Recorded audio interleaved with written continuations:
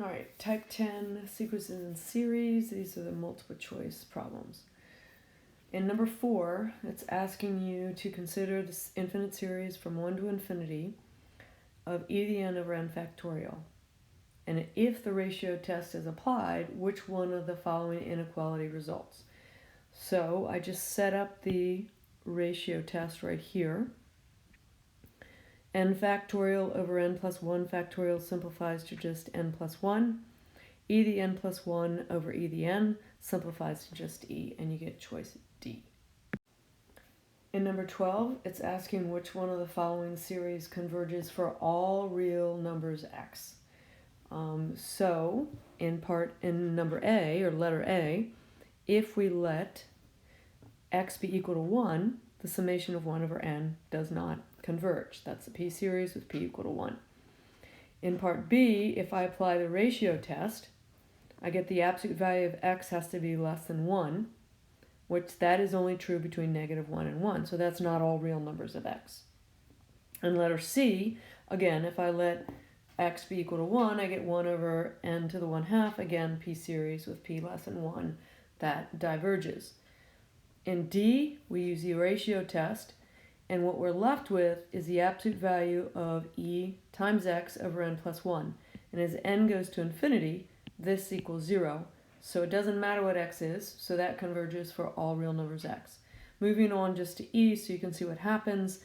The ratio test gives us this quantity, the limit as n approaches infinity, of n plus 1 over x over e. That's going to give you infinity. In 79, it tells us that f is positive, continuous, decreasing function, such that a sub n also equals f sub n. It also tells us that the summation from 1 to infinity of a sub n converges. This is actually just the integral test. And so if that's the case, then we also know that the integral from 1 to infinity of f of x also converges, and that's choice D. In 82, it tells us that the infinite series from 1 to infinity of a sub n diverges, and also this comparison, this inequality holds true. This is the direct comparison test, and if the smaller diverges, that's a sub n, then the larger must also diverge. So this is choice E. Number 84.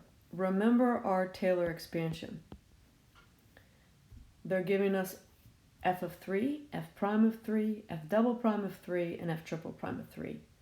And putting those in our Taylor expansion, and then simplifying, we get choice A. And number 5, the Chlorine series for the function is given by the summation from 0 to infinity of negative x over 4 to the nth. When x is 3, so we're just going to substitute that x and put a 3 in there. This actually then becomes an infinite geometric sum, where when we plug in 0, the first term, we get a sub 1 is 1. We know our r is negative 3/4. Using our infinite sum formula, substituting and simplifying, choice C. In number 9, it's asking which of the following series converge. In the first one, we have 8 to the nth over n factorial. We know that factorials grow faster than exponentials, so choice 1 converges. In number 2, we get n factorial over n to the 100. Again, factorials always increase faster than exponentials. Eventually, might take a while, so choice 2 does not converge. Choice 3, n plus 1 over n times n plus 2 to n plus 3. We're going to compare that to the summation of 1 over n squared, which we know converges by the p series. So our answer is choice D, both 1 and 3 converge. In 13, we want to find the radius of convergence of the given series x minus 4 to 2n over 3n. When we use the ratio test, we're left with x minus 4 squared over 3, which is less than 1, which gives us x minus 4 squared is less than 3, because that inside piece is always going to be positive. If I look at that graphically over here on the left, I have my parabola x minus 4 squared, it opens up, and the line y equals 3.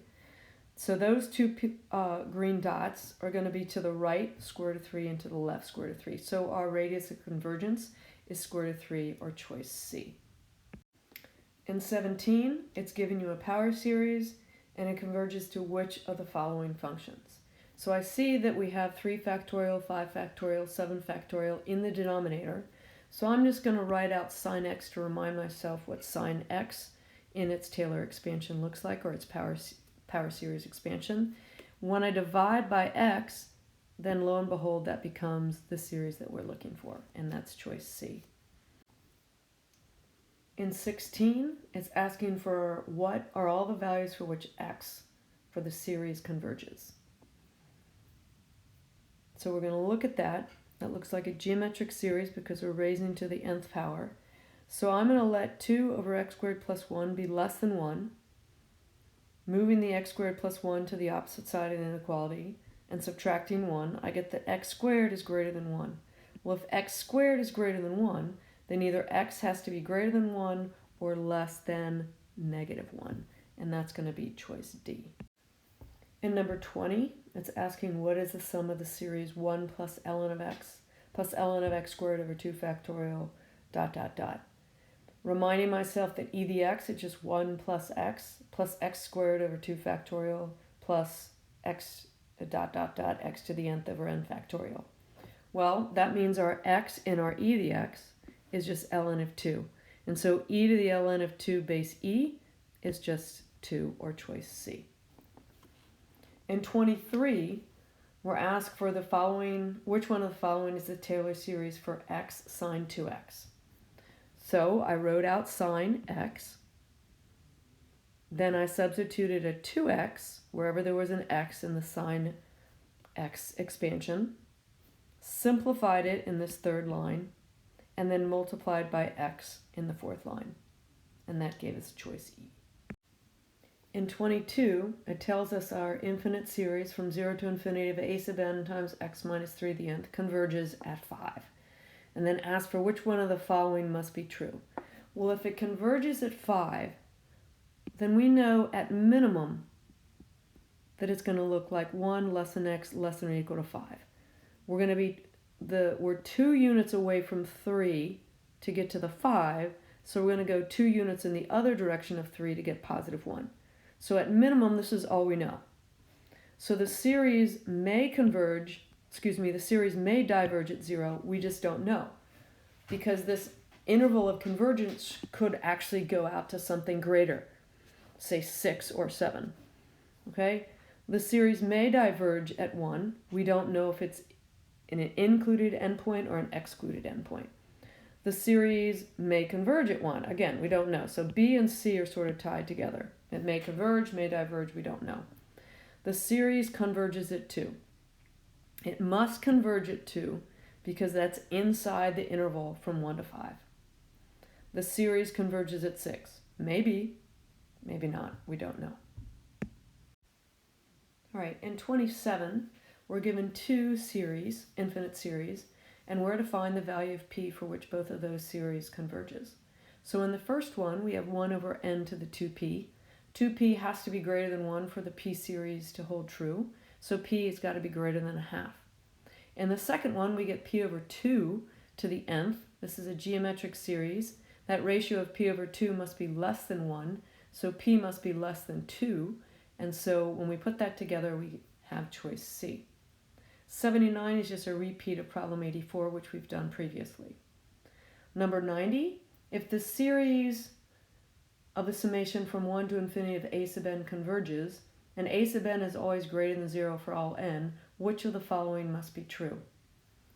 Choice A, that's just the ratio test, and equal to 0 is not what the ratio test tells us has to happen. That could be true, but the ratio test says we just have to be less than 1, so it doesn't have to be necessarily equal to 0. Choice B says the absolute value has to always be less than 1 for all n. That's not necessarily true. Choice C says the sum has to equal 0. Again, not necessarily true. Choice D says n times a sub n must diverge. It could, but not necessarily. I mean, that a sub n could be 1 over n to the 4th power. Okay? Choice E, a sub n divided by n converges. This is true.